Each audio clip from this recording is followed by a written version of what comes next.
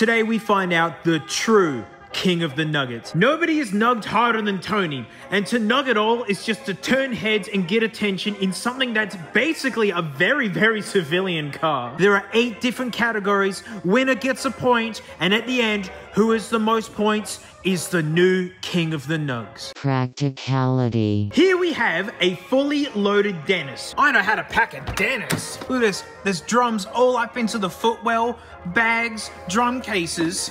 This near perfectly square ass is genius for packing stuff in. Reveal! Absolutely loaded. Bass drum, hardware, mandatory drum rug. If you're a gigging drummer, you better be bringing a drum rug. There's even stuff squashed behind the seats. But look at this, the driving area, completely unimpeded. Yeah, easy, you can see the mirrors, and look, so ungreedy, didn't load it up to the roof. You can still see out the back. Look, all the dingle room you need. As a driving car, it feels exactly the same as if it wasn't absolutely loaded with drums. Look at all this that was hiding in there, right? I wasn't even greedy. You could still see the mirrors. You could still see out the rear window. And oi, if you need a passenger, you could take all that stuff and just cram it to the roof and then start roughing it. But what an epic nug. That is, it's still a conventionally tiny little car. Now you won't believe this, but Tony has the exact same carrying capacity. Exactly the same. It's all here. Mate, I'm just playing home field advantage. All the Polish people watching are like, this is normal. This is exactly how you use one of these things. Front seat comes out so easy, like literally seconds when it's lubricated. Half an hour if not. Bungee rope, secured underneath nicely, and all of that. That ain't going anywhere. You know, you don't even need the bungee rope, mate, right? Because the wind's gonna hold it down. Mandatory drum rug, working as paint protectant, because you know, never at one point has this car had a tumble dryer on it. Are those extension cables? Well, yes, they are. I mean, the guitarist asked me to bring one. You're just so mad at how efficient this is. Look at this, no complaints. Hey, it all fits in here, doesn't it? You are stuck in 3rd gear, but your hands are gonna be busy because you need to actually keep these extension cables tight because a hard knot's gonna ruin it. So yeah, they're just behind your head, so you just gotta pull them really tight. Rear visibility is blocked, but it now identifies as a van. So it's legal. It's literally neck and neck. I can barely decide, but I'm gonna give it to Dennis. He just did it a little bit cleaner. Just a little bit cleaner. Reliability. There was a time where for about 2 years, I hadn't completed a single journey in this idiot. I was back when this channel was barely getting started. James, you know, he didn't work for me yet. It was like once every financial quarter, we had time to work on this idiot, waiting for parts from Poland. Yet like years. Dennis was originally found for 500 bucks pulled out of a shed full of mouse poo and started with the fuel in the tank. It even sitting for 3 years again, started with the fuel in the tank and drove here no problems. Performance. All right, it's the 0 to 60 kilometers an hour board, which is like 37 miles an hour. These are the speeds all of us are doing a lot of the time. And don't expect some sort of miracle like with the amount of cargo you can hold in a nugget, because that's not happening with Tony. I know that Tony is not going to do great, considering that he lost handily to a Volkswagen Golf succumbing to eggnog poisoning. Let's not talk about original Tony. Tony sucks. Tony is not good, no matter how hard you drive that idiot. Dennis has double the engine, 1.2 litre 4-cylinder, double the Tony. I reckon I would love to see it pip the 98 Corolla. Can it pip the car? Yes! Yes! Go! Yes! Go! That's it!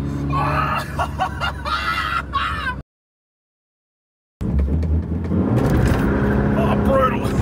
Go, Honda, go. That's it. You got it.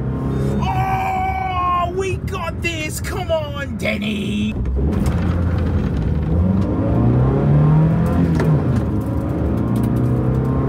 Oh, come on.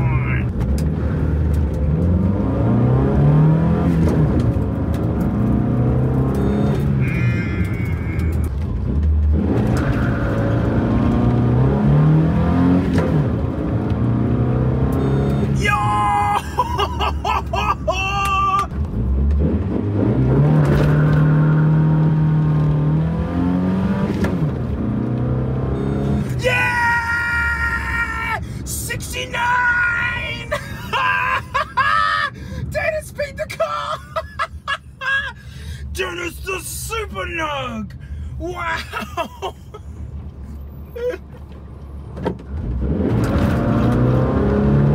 4-point funny number.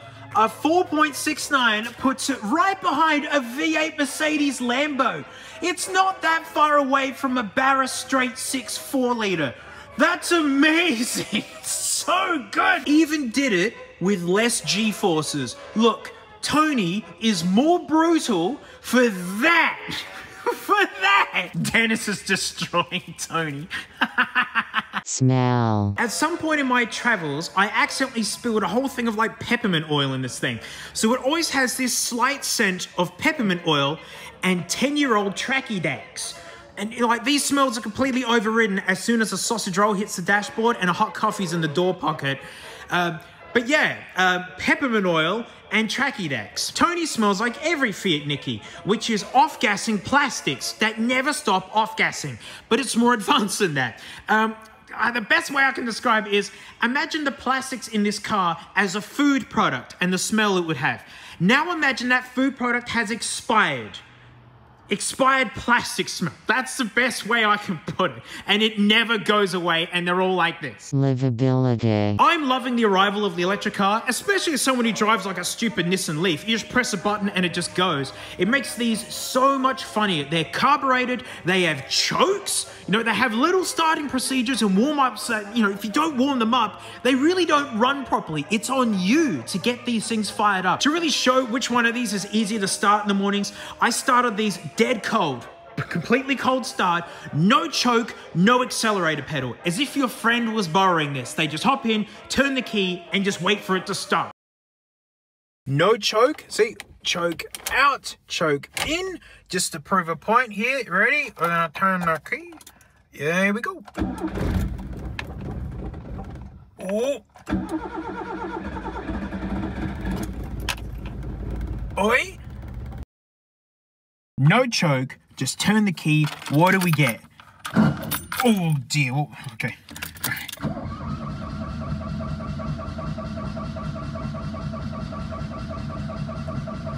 Dennis is so forgiving. Dennis will just go, like a little bit of pedal, and he would swear that's how it always is. I nearly never use the choke. Tony's a two-handed car to get going. All that performance, and you got to do a whole shebang to get it going. You can flood the engine. Yeah, Tony's hard to drive. And in terms of driving around, Tony's a stinking nightmare. So both of these are manual. Love manual, it's my favorite. But Tony is an especially annoying manual. There's something called synchros in the gearbox when you're changing gears. There's like gear butlers. They set up the next gear for you so it slots in nicely. Tony doesn't have synchro on first gear, meaning to put it into first, you have to be dead still, completely stationary, not even moving a little bit, or else you'll kill first gear. And even in the brochures, they begged you, do not do that to your Nicky. Not to mention, there is no legroom in there. You're right up against the wheel well. Dennis, on the other hand, is one of the nicest shifting manuals I own, and that's not hyperbole just to spit in the face of Tony, although it is helping. Seriously, Dennis is so forgiving. The clutch is so linear. It's like, this is a really long throw shifter, right? It's really dingly, but you feel it. It feels great. You can even chuck it in first while moving, and 5-speed. 5 gears, that's so good.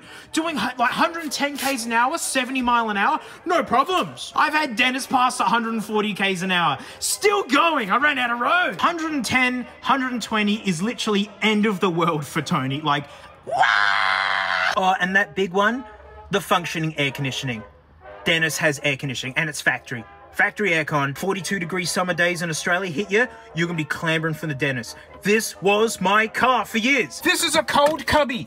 Like, the wind blows through it. You can keep your cans of crap cold. There's actually a greasy patch there where I'd put my sausage rolls. Serious, look at it, see how it's lengthwise? Sausage rolls, you can corner as hard as you want in this thing, and it's like a little lifted tray.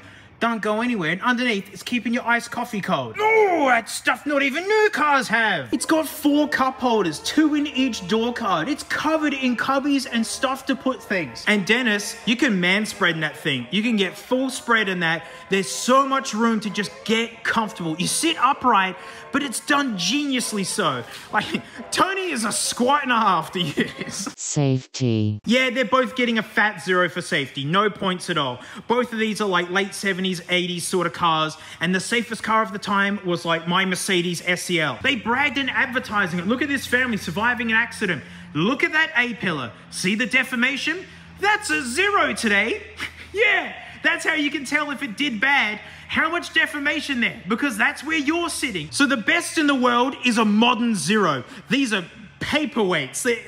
Like a cyclist is gonna knock you out. Fuel economy. Finally, a category Tony's gonna do well in, because no one has touched the tones at the top of the fuel board. Tony is the worst performing, with the worst space, and the hardest to drive, with no creature comforts whatsoever. But hey, if you rode a cement mixer to work, it would use less fuel than a Corolla. No one's touched Tony. Like, Mum's Nug, that's a Suzuki Baleno, a modern economy Nug. That couldn't do it. That's a tidy win from Tony. That said, I expect Dennis to do very well. Dennis has aluminium block, under a ton in weight, 5-speed manual. I don't know, maybe the car. Surely, or matching Mum's Nug. That'd be amazing. Dennis did a 6.01. Tony lost! This is actually devastating. This is all Tony had. He's dumpy, small, unreliable, but at least he's good on fuel. Wow! I couldn't believe it. Honestly, after I did the first run and the number beat Tony, I couldn't believe it. I figured I've done something wrong. I messed up somehow. So I did the run again and it was even lower. That number is the higher one. Yeah, Dennis used less fuel on the second run. That is obliteration. That's almost an entire litre less per 100 kilometers. Incredible. 40 miles to the gallon. And I had the fan blowing the entire time. Popular vote. There's one more category. The people's vote. Which one do the people prefer? I put a poll out a couple of weeks ago. 50,000 of you put your opinion in. It was 3/4 of you all agreed that that was their favorite. 3/4 of you said Tony. Tony. Well, 3/4 of you can suck eggs, because Dennis is the true king of the nugs. Tony's reign of terror has ended. And shock upset, it turns out he's literally good at nothing now. Order has been restored. Oi, I've had Dennis longer than any of my channels have been going. That was my original gigging bus. Dennis was actually responsible for building this, for building all this. He was there full of boxes, moving me out of places, getting in and out of the city for materials. Dennis is the best, so I stopped driving him out of respect. I even filmed the first Nugget video with Dennis, but I messed up the lighting and the filming. Welcome to making content. And then Tony arrived and just stole the show and stole the crown from the true Nugget King. But you see, I've been raving about Dennis all this time. I mean, it blew me away using less fuel, and it blew me away faster than a 98 Corolla. A 1.2 litre on tiny little eco tires. But people are like, oh, like turn it into a turbo and put like the motor compo on the back.